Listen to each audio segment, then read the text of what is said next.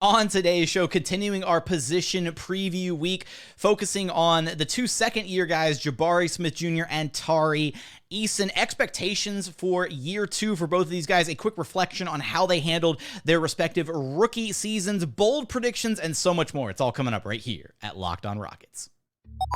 This is Mission Control, Houston. Ignition sequence start. Throw it up to Jalen Green. Sengun here in the short row. Oh, my, that's the no-look.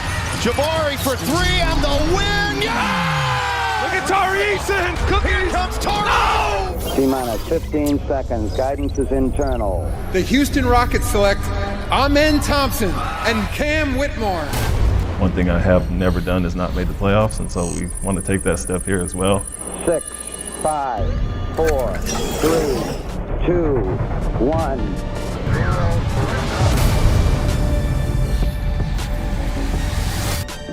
What's up, and welcome to another edition of Locked On Rockets, your daily podcast home for everything Houston Rockets basketball. As always, I'm your host, Jackson Gatlin, native Houstonian and credentialed media member. I'm also the host of Locked On NBA Mondays. Be sure to follow along on Twitter at JT Gatlin. The show, of course, at Locked On Rockets, free and available wherever you listen to your podcasts. And as always, thank you so much for making Locked On Rockets part of your day every single day, whether it's on the way to work, on your lunch break, in the gym. Thank you for making LOR part of your day every single day.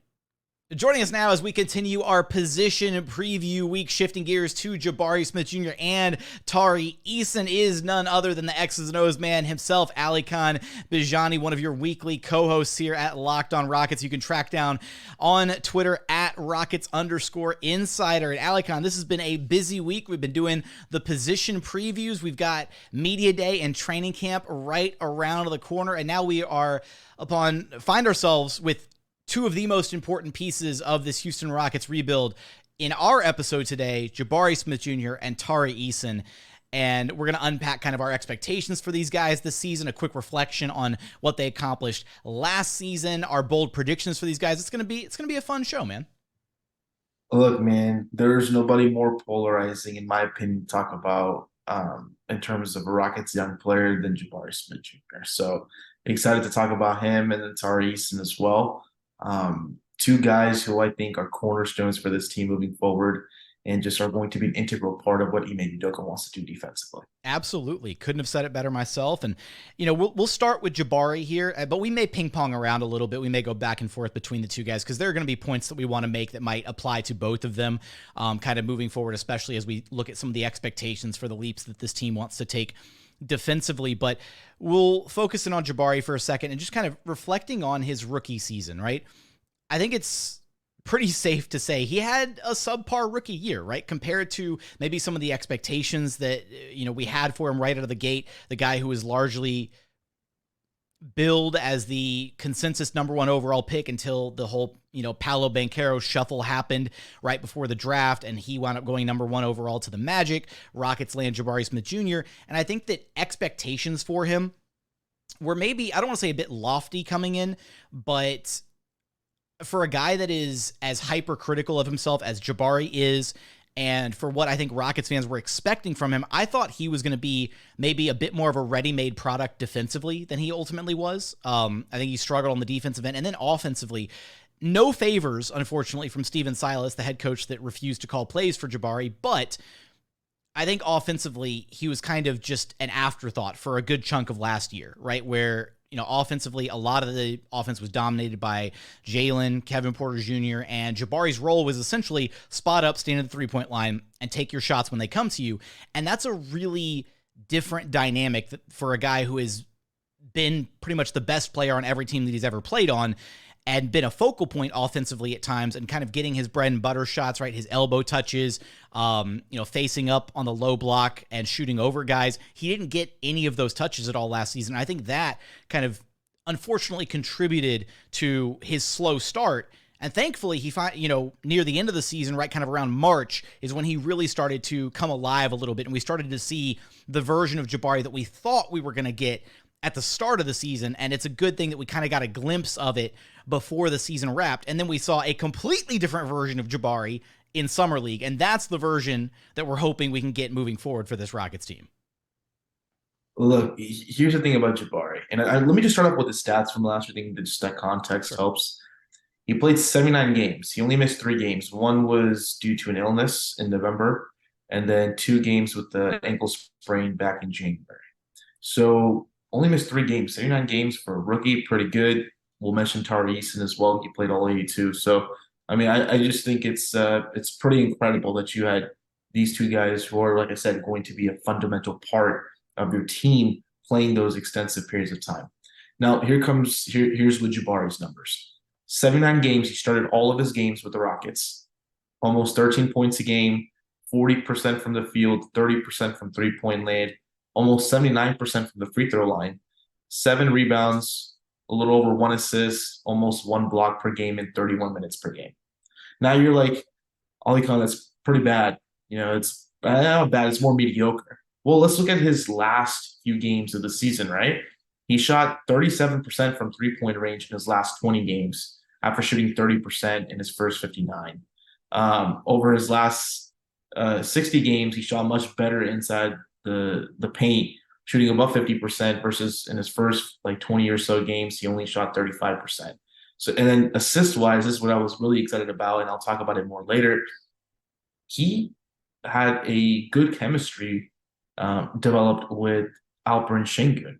And he had 80 assists over his last 50 games, which you may not think is a lot, but like Jackson, like you talked about how his role was structured within the offense, the fact that he got 80 is pretty impressive to me, considering only had 21 over the first 30 games. And a lot of those assists were to Alperen Sengun and vice versa. So I think that chemistry really developed there just by them learning how to play with each other in a more unstructured manner. Imagine more of a structure and a playbook in a setting where a playbook is in place that revolves around Alperen, revolves around Jabari, adding more of that post-up game, high post game to the offense. I think there's a lot of really good tools for Rockets fans to look forward to with Jabari. No, absolutely. And we're going to get into some of the expectations and hopes of what we're going to be able to see this season out of Jabari, and especially that 2-man game between Jabari and Sengun, right? I think there's some, opportunities there for some high-low action between those guys. We saw those, very brief glimpses of what that duo could be last season. Hopefully that's something that Ime Udoka can further unlock with these guys. Taking a look at Tari last season, I think Tari was... Frankly, he was better than Jabari for pretty much the entire year. He just came in. He had a really high floor already as a player for kind of just his role on the team, and he excelled in that role, right? He comes in, plays tough defense, was an impactful defender as a rookie, right? Like Tari was, he would shoot the gaps. I think that was one of the most encouraging things that we saw about him is how he would anticipate passes coming and be able to shoot the gap, get a steal, and just go the other way. Really strong defender right out of the gate as a rookie. And he just had this high floor, right, where just the role that he had on this Rockets team, there wasn't really a ton asked of him, right? He wasn't asked to create much offense, if at all. Like, all his plays kind of came as just, he would scrap for loose balls and get buckets that way off of offensive rebounds. He'd get out in transition on the fast break. We really didn't see much of, I guess, a bag from Tari. Even sporadically, his, attacking off the catch opportunities were few and far between, right? He'd take spot up 3-pointers when given to him within the flow of the offense.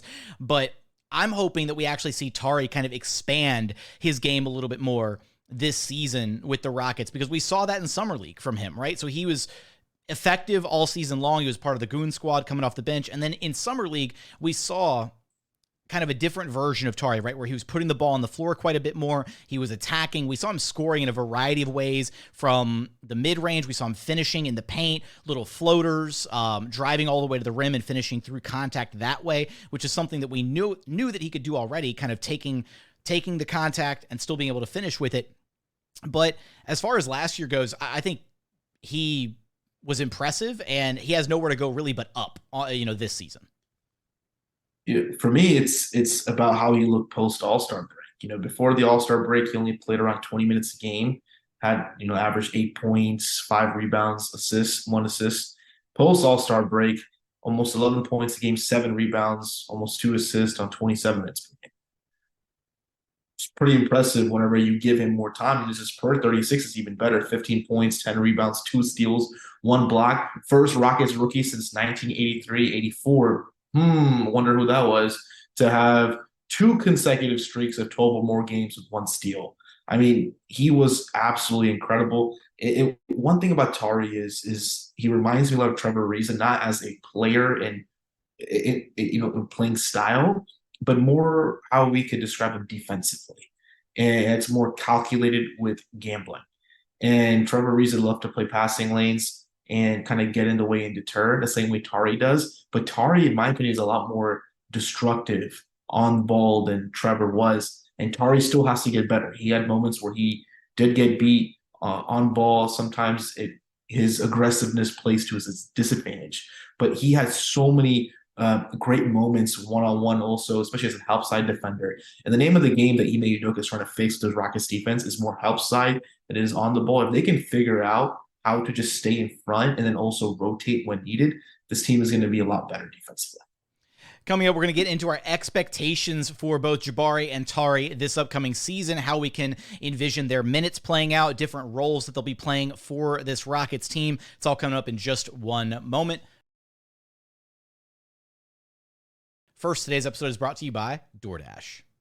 Look, I use DoorDash all the time, probably way more than I should, honestly, but it's so awesome and convenient, right? Sometimes you just want your favorite food, you don't want to leave your house or your apartment, maybe you don't want to put pants on, whatever it is, bust out your phone, open the app, find your favorite restaurant, get the food delivered right to your doorstep. It's awesome, right? Well, guess what? Now you can do the exact same thing, but with your grocery delivery, right? Sometimes you don't feel like going to the grocery store, but maybe you're out of milk or eggs, or you need other stuff that you got to get your hands on. You can do it through the DoorDash app now. You'll get thousands of grocery stores to choose from, all of the options. You'll get exactly what you ordered, or they'll make it right. You can trust DoorDash to deliver your groceries. You've been trusting them to deliver your favorite restaurants for years now, and now you can trust them to deliver your groceries. And right now, our listeners can get 50% off their first DoorDash order up to $20 value when you use code LOCKEDONNBA at checkout. It's a limited time offer. Terms do apply. That's 50% off up to $20 with no minimum subtotal and 0 delivery fees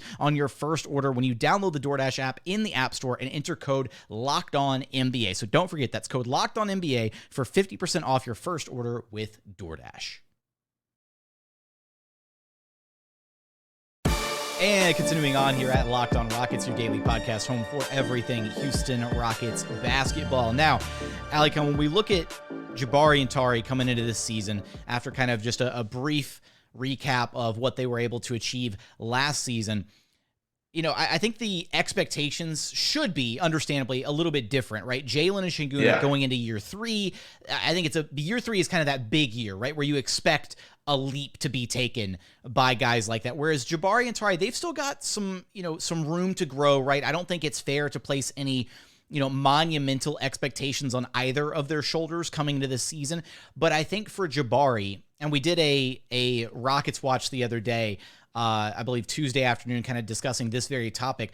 But I think for Jabari, he really is going to be kind of the X factor, the swing factor for this Rockets team this season, because you look at the projected starters, right? Fred, Jalen, Dillon, Jabari, and Sengun.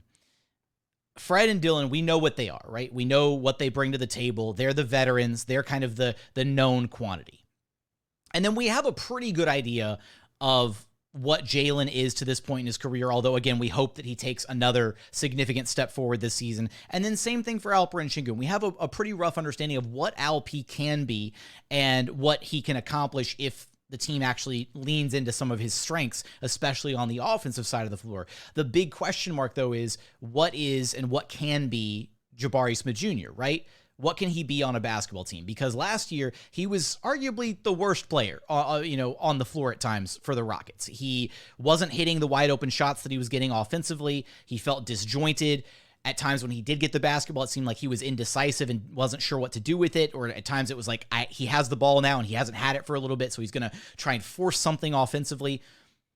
How good can Jabari Smith Jr. be this season is, I think, going to be the X factor that determines how far the team ultimately goes. Because if he struggles again, if he's not hitting his wide open shots, if he isn't ready to take that step forward and kind of continue the progress that we saw from Summer League, then, if he even takes a step back and he struggles like he did last season, then the entire starting five is going to struggle because of that, right? It's going to hurt spacing. If he doesn't take the step forward we think he can take defensively, they won't be as effective on that side of the basketball. Whereas if he does take those steps forward, and if he can be a better version of himself this year and take a step in the right direction and kind of continue what he did during Summer League, then I really think the sky's the limit for this team, because there's a world where Jabari Smith Jr. could be good enough to be your second option this upcoming season. But if it's all dependent on how ready he is to take that step forward. So there's a couple key things with Jabari that I'm going to be paying attention to going into the season. First is, how do they get him involved offensively? And if you've been paying attention to those pro runs or even Summer League, you've been noticing that Jabari has spent a lot of time trying to get better at his dribble. Get lower with a dribble. Why is that important? Because he's so tall and lengthy. Getting lower, I mean, just overall for any basketball player, just getting lower allows you to beat the defender and drive past him. So he's trying to get lower so he can create more of an advantage with his size. One thing that when just better control over the dribble, right? That's the other thing. Yeah. And Jackson, I know you've been talking to a lot of people around the Rockets. I actually spoke to somebody who was there at one of the pro runs that Jabari was at, and they talked about how decisive he was. And I thought that was really interesting. I thought Jabari, was pretty decisive. A Rockets fan listening to this may be like, what are you talking about? Like, he was very decisive when he would just jack up shots early in the shot clock. But decisiveness being when he gets the ball in a spot he's comfortable with, he knows what he's going to do. He's not taking it and trying to size up or figure out, okay, now that I have the ball, this should be what I do. This is the stuff I should take next, going from there. No, let's get the ball. I know I have an advantage. Let me just spin my shoulder and go baseline. Okay, hey, I see the middle of the floor real quick. Let me spin baseline, pull up a shot. He looks a lot more decisive with his reads, which is going to help him a lot, not just offensively, but defensively. Why is that an issue for him defensively right now? Last year, he really struggled when he was the help side defender. When he was in the near side corner and he was supposed to rotate over to defend a big or crash the glass, sometimes he struggled, and that indecision caused sometimes a three-pointer to be made by the opposing team, or he just didn't rotate it well enough, and that was an easy basket inside. So if he can work on his decisive, not just on offensively, but defensively, he's going to be a lot more of a productive player, and you're going to see a lot more of those winning plays we know that he can make. Second thing for him is his passing. I talked about the whole assist thing. I really do feel like they have something with him and running pick and roll, dribble handoffs with Alperen Sengun. Sengun's going to have the ball a lot more. We know that. Jabari is very good. Are you thinking dribble handoffs like at the elbow or on the perimeter? I think from the perimeter. So we saw a little bit of that last season, towards the end of the last season. And look, Ime Udoka looked at the film. I'm pretty confident he looked at the film towards the end of last season than he did early on. See the young guys be a part of the more finished product. So if we're assuming Ime Udoka focused more on the end of season film, okay, there were plays, just kind of unpredictable kind of plays, like read and react plays, where Jabari will get the ball in the wing and Alp's there and it'll be a little flip and dribble handoff, and then Jabari would step into a mid-range shot is good. Or then, Alp got positioned inside, Jabari's throwing it because he was the best post entry passer at points last season from the top of the key into the post, and Alp has position for a layup. So I'm going to expect to see more of that. I think that's going to get both guys involved. And I think it's a good way to kind of counter the pick and roll possessions you're going to see a lot with Jalen and Fred VanVleet. So those are two things I'm paying attention to when it comes to Jabari, because I think it's going to unlock everything else. Obviously, the shooting is a thing. I'm not going to discount the shooting. He has to shoot better than he did, especially on catch and shoot and open jump shots. But if they get him involved and he's a lot more decisive whenever he has the ball in the post, that's just going to open up his game a lot more, and defenses are going to have to play him differently, and we know that he can do certain things when he's put in space. Yeah, and just to, again, piggybacking off the point you just made and kind of, echoing the point that we made in the first segment, his lack of involvement, it's kind of like the whole chicken and egg theory, like which one came first? Was Jabari struggling and then that compounded, and then he, I think just his lack of utter involvement last year really kind of plagued his mental, to the when he started overthinking things and he just kind of got in his own head a little bit. And John Lucas talked to me about that a lot last year, where Jabari is just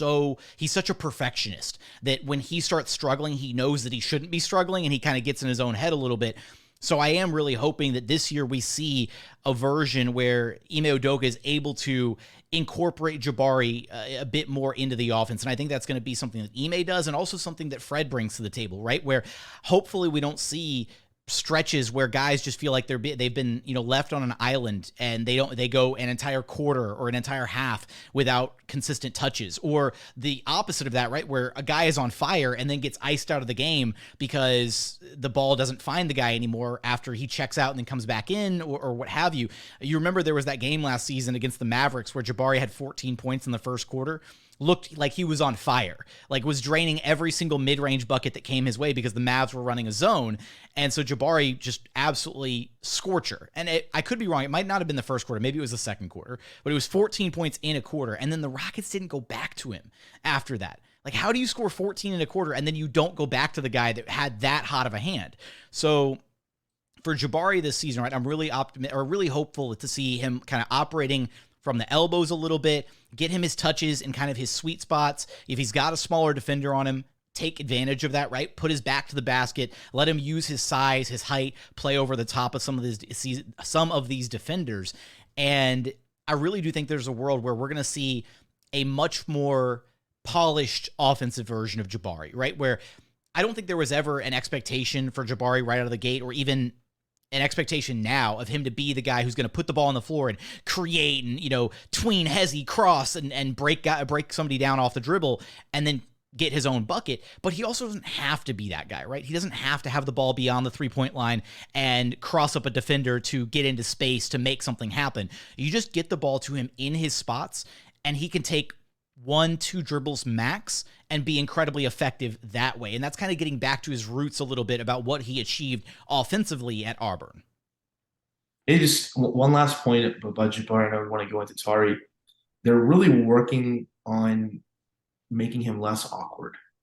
And what I mean by that is not upright, more bent, more low, kind of getting him to a point where he can create those advantages. They're helping him work on how to, it's a lot of technical stuff, but they're doing it in a way to make sure that he's not losing control and he can be as decisive as we talked about, that people are noticing that he's being.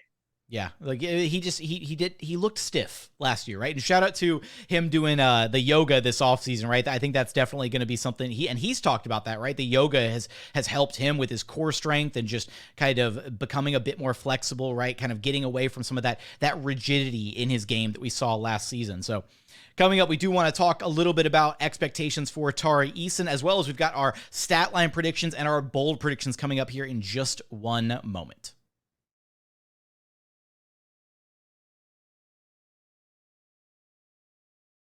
And final segment here at Locked On Rockets, your daily podcast home for everything Houston Rockets basketball. Now, Alykhan, the expectations for Tari Eason, we talked about it a moment ago, but there's really almost nowhere to go but up from where he went, or from where he was last year. I don't think we're going to see a version of Tari that like regresses all of a sudden, because so many of the things that he does are just very hustle oriented, and he's just got that, again, kind of that ultimate glue guy, hustle, hard nose, do the dirty work. All like you take all those, phrases, all those buzzwords that we use to describe different, NBA players, and you dump it all in. And that's what Tari is, right? He's just a workhorse, right? He's a dog. He gets after it. You don't have to draw plays for him. He's just going to go out there and make things happen on the basketball floor, both offensively and defensively, whether it's a broken play on offense and he's just the one who winds up with the basketball, drives it in, head down, finishes through contact, whatever it is. And then defensively, right? I forget who used this terminology, but calling him a defensive playmaker. Do you remember that from one point last year? Do you remember who said that? I don't, but I think it's a really good term to describe Tari Eason. That's what he brings to the table, right? He's a defensive playmaker. He makes plays on the defensive side of the basketball, and I think that's exactly what we're going to see in an even better version this year with Ime, because one of the things that we know that the Rockets are going to utilize a lot this year is they plan to run Jabari Smith Jr. at the 5, and you can bet that the guy playing the 4 next to Jabari when they're running Jabari at the 5 is going to be Tari Eason. And that front court of a Dillon Brooks, a Tari Eason, and a Jabari Smith Jr. is going to be a nightmare for teams to deal with defensively, right? That's switchability through the roof, that's size, that's defensive grit. Those are three guys who are going to hound you all game. It almost doesn't even matter who you plug in at the two guard spots, but the Rockets do have options there as well. Envisioning that front court with an Amin Thompson and possibly Fred VanVleet backcourt at times, that is a 1-5 lock you down defensive lineup. So we know that Ime Udoka wants to be able to utilize switching a lot this upcoming season, and I do think Tari is going to play a big part of that because he's a guy who can effectively switch kind of across the board. He's got the speed to guard smaller guys. He's got the strength and size to guard bigger guys. So I'm excited about that. The coaching staff right now really does believe that Tari, is a perfect fit for a switching style scheme, and the analytics from last year back that up. One area that I was really but surprised or just thought was really interesting to hear about was Tari Eason is supposedly a pretty good role defender. And what that means is like when they're switching and the player that's kind of sets the screen tries to slip, he's very good at staying with the slip. He's good at recognizing that. And also just in terms of playing more of a softer coverage in a pick and roll where big is cutting, he's really good at kind of staying with them. So that's interesting that you mentioned the whole concept of Jabari at the 5 and Tari at the 4. I think that really does suit Tari well, and you can do a lot of different things there with Tari. One area I'm really interested to see improvement from him on is he's obviously good at getting the rebound, just being better at diagnosing when he needs to help on the nail versus not. He's somebody who likes to gravitate towards that perimeter area, obviously. So just getting better at, the nail, because he had moments where he would just leave his guy on the perimeter and just go and snatch the ball from the nail when somebody was driving. So just getting better at recognizing those and being more of a playmaker, because sometimes those gambles don't pay off, and then it would open up the three. So I think that's something that Ime fundamentally will start working with him on to get him to make those better decisions about when to be able to gamble and when not to. And I should have included this earlier when we were kind of reflecting on his rookie season, because he did have a very stellar rookie year. I thought he, as far as expectations go, I think Tari actually exceeded expectations. And I think this is a good way to look at it, right? Jabari came under the expectations, right? He didn't quite meet expectations for where we thought he should be as the third overall pick. Whereas Tari, for pick 17 and what we thought he was going to bring to the table, I think Tari far exceeded expectations last year. I will say, and it's worth noting, the finishing in and around the rim was incredibly concerning. Not for lack of trying. It's not like an effort thing. It's just he had so many just bunnies that he missed last year. It was absurd. And hopefully, and this was something that they were trying to diagnose and fix very early on in the year last season, right? They were talking about this in like November, is that sometimes Tari just gets so excited that he's made like a play, and then he has to focus on just that touch around the basket. And if he can just iron out that one little kink in his offensive game, just fixing that would have earned him so many more buckets last season. Because think about the number of times that he, had an amazing defensive play, gets out in transition, whatever, gets a tough offensive rebound, and he's just tipping the basketball up and down and can't quite make it. There was that one play where I think he had, 10 offensive rebounds on one possession or something. I want to say it was something ridiculous, because we looked at like the play-by-play afterwards, and it was just Tari, offensive rebound, miss, offensive rebound, miss, offensive rebound, miss. And it was like 6 of those all down the page. The finishing needs to be an area of emphasis, I think, for Tari, right? If he can rebound from his finishing struggles last year and get to a place where he is a consistent finisher in and around the rim, which he should be. But he's also not, for a guy who is 6'8", and one of the drawbacks to his game is he isn't really an above the rim presence despite being 6'8", right? He doesn't play above the rim. He's a guy who has to finish through contact, goes for a lot of layups. He can dunk the ball, but he doesn't, I don't think, chooses to do that as like his first method of finishing, right? He tries to lay the ball in usually as his go-to in and around the rim. But having a little bit more craft, a little bit more touch around the rim will do wonders for his game and kind of rounding things out for him offensively. Any other points you want to make on either of these two guys before we get into our stats and our bold predictions, Alykhan? Yeah, one interesting thing I heard about Tari last year that I'm eager to see is he was a lot better at communicating, especially that second half of the season defensively. And for a team that needs to get better defensively, having enough communicators on the floor is important. So I'm eager to see if Tari continues to step up in that leadership role him and Jabari both. Absolutely. And Jabari was a guy who was, prides himself on being vocal. We know right out of the gate at Summer League, right after he was drafted, he was incredibly vocal there. And he was a guy who was kind of finding his voice last season, right? I think it maybe got lost a little bit early on, kind of the NBA, I don't want to say the lights were brighter than expected, right? But just, adjusting from being a fresh-faced 19-year-old college freshman to being on the NBA stage. I think that was a bit of an adjustment period for him. But now that he's gotten his feet wet, he's been in the NBA for a year, right? The team has a very clear direction. They're going to have a defense-first identity, I think, this season. That is something that I think we're fully going to see Tari and Jabari both lean into. And hopefully the communication is a part of that they're able to continue to build upon. You want to start us off with your Jabari stats? We're starting with Jabari first. Starting with Jabari first. This is something I was thinking about a lot.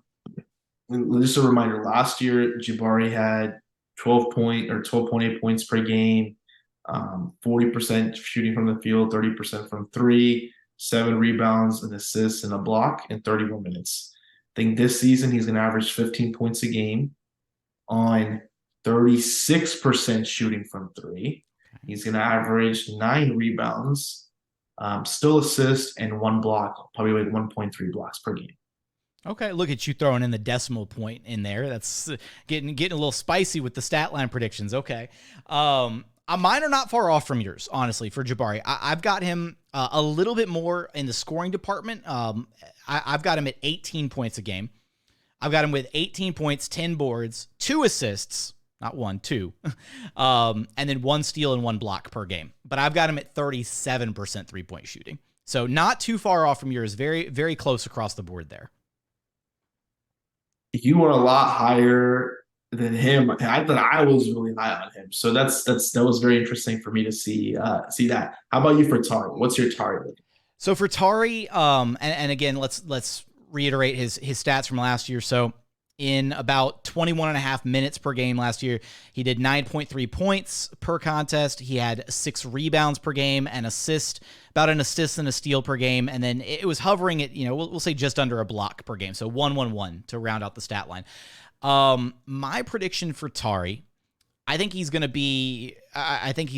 probably going to be a focal point, if not maybe the most important player off the bench for the Rockets this season.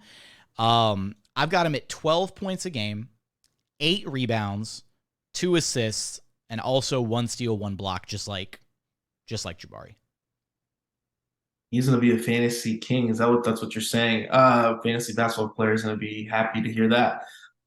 I will say 10 points a game, 7 rebounds, 2 assists, and 1.5 steals per game, maybe a block. Yeah, that seems about right for Tari. And there's a world where he could actually exceed, some of these numbers. It just kind of depends on how numbers don't matter for me with Tari. The numbers don't matter for me for Tari. That's why it was so difficult. I think what's most important, Jackson, you might agree on this, is how many minutes he's playing. Yeah, I think he's going to be in the closing lineup for a lot of games this season. 100%. I think the Rockets closing lineup will likely be their starters minus Sengun plus Tari. I think that's probably going to be almost their default closing lineup. Again, it's going to be matchup dependent. You're not going to run that closing 5 if you've got, a legitimate big on the other end. You still want to be able to keep Alp on the floor, but I genuinely think there's a world where they're going to rely on that closing 5 quite a bit more than any other 5-man unit this season. So I feel pretty safe in making that prediction right here, right now. Jabari, bold prediction. You get to go first. Or I can go first. It's up to you. You can steer. I'll go first if you want me to. I'll go first. Okay. You ready? Yeah. He's going to get votes for the all-defensive team. Ooh. I do like that one. That's a good one. Okay. All right, I like that one. Votes for the all defensive team. Do you have like a couple votes, or you think he's going to be like close to making an all defensive team, but just fall a little short? No, he'll get a couple votes, but I think that's still pretty impressive. Absolutely, so. Yeah. Second year player getting a couple votes all defensive. All right, I like that. Mine, and this actually, if you're an everydayer, shout out to the everydayers, because this goes back to one of our previous episodes where we took a look at who are the likely the MVP, defensive player of the year, and most improved for the Rockets this season. I think by the end of the year, Jabari Smith Jr. will be the Rockets' best player. That's my bold prediction. You took everything I told you when we did that whole little ranking of who the Rockets' best player is going to be, and you've like digested it and you live it, you breathe it, and I'm very proud of you for listening to me, dude. Wow, I'm very shocked. That is my bold prediction, is by the end of the year, Jabari Smith Jr. will widely be recognized as the Rockets' best player. I think Jalen Green will still likely be the number one scoring option, but I think, as we kind of talked about in that episode, right, ranking the core six and kind of going over what all of these guys bring to the table, I think for Jabari, his impact on both sides of the floor, right? If he gets all defensive votes like your bold prediction says, then that means he took a massive step defensively, right? And if he's hitting some of the thresholds of the numbers that we think he can hit offensively as far as production goes, I think there's a world where he is the best two-way presence on the Rockets, better than Fred VanVleet, better than Dillon Brooks. And I think there's a world where he's the best player on the team by the end of the year. So that's my bold prediction. Hey, man, I'm still probably going to say Jalen and LP are going to be the best players at the end of the year. But you know what? I would love to see it. Let's see what happens. All right. Tari Eason, bold prediction. I'll tee us off here then. And I feel like a little bit, it's trust me, it's not a cop-out, because whenever we do these, we come in completely blind when we do these predictions.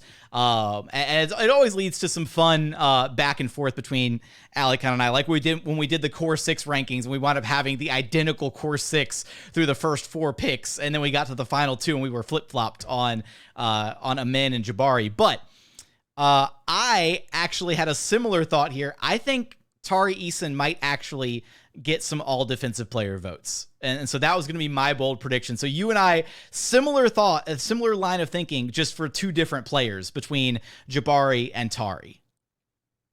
I have two different bold predictions because I don't know how bold these are, and it'll be up to you to decide. I think he's going to have the dunk of the year for the Rockets. I think he's going to finish through a powerful dunk and have the dunk of the year. Oh. And second, I think he's going to shoot 37%. They've been working with him on, getting a quicker release and being ready on those catch and shoot shots to put up a shot a lot more quicker than he did last year and even during summer league. And so I think he'll shoot 37% on a little higher volume. First off, I will say I think your dunk of the year prediction might be even more bold than either of the all defensive team votes for Jabari or Tari, because on a roster that includes Amin Thompson, Jalen Green, and Cam Whitmore, if Tari Eason somehow walks away with dunk of the year, then all three of those guys have to pack it up as high flyers if Tari somehow gets the dunk of the year. I will also say, I'm not on that episode, but I think Alperen Sengun will be second place for dunk of the year. But that's just me. Wow. Okay. This man said, I'm going to come out with the heat on the Tari take, and then I'm also going to double down by. Well, to be fair, Alp had some monster dunks last year. Look, man, Alp nasty. Let me tell you guys, Alp is a nasty guy. That dude doesn't care. That's why I love Alp. Everybody loves Alp because that dude has a mean streak. He will dunk on you. He don't care. He'll talk trash. He's got like the bit of the goofy vibe to him because of like the hey Houston fans, I'm so happy, but he's got a mean streak for sure. He is a competitor Houston fans, through and through. I like to dunk. Hey Houston fans, I like to dunk. That's the new thing for him. So, oh my god, that sounded really that was very cringe. I'm sorry, Rockets fans. If you're listening to that and you heard me say Houston fans I like to dunk, I'm really sorry. We're recording this past midnight. I'm tired. Jackson's tired.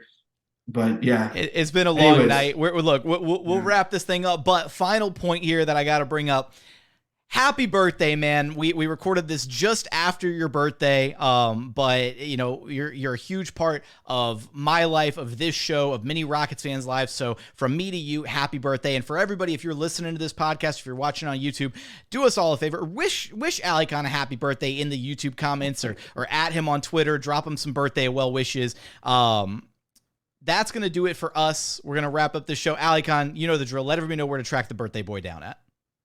You can follow me on Twitter at Rockets_insider. I can drop the hint there, right, Jackson? We have a film show coming up where we're going to go over different terminologies to help you be prepared for the upcoming Rocket season. Really excited to go through that. Hopefully, it'll make you a lot more of an informed and engaged fan as we go into the season. That's going to do it for another edition of Locked On Rockets. As always, thank you so much for checking out the show. If you haven't done so yet, please consider subscribing wherever you listen to your podcasts or on YouTube. Just search Locked On Rockets. Be sure to like, comment, and subscribe. Give us your expectations. Give us your bold predictions for Jabari Smith Jr. and Tari Eason this season. And, of course, give us the happy birthday wishes for the birthday boy himself, Alykhan Bijani. But as always, thank you so much for watching. Thank you so much for listening. And we look forward to having you back right here at Locked On Rockets, your daily podcast home for everything Houston Rockets basketball.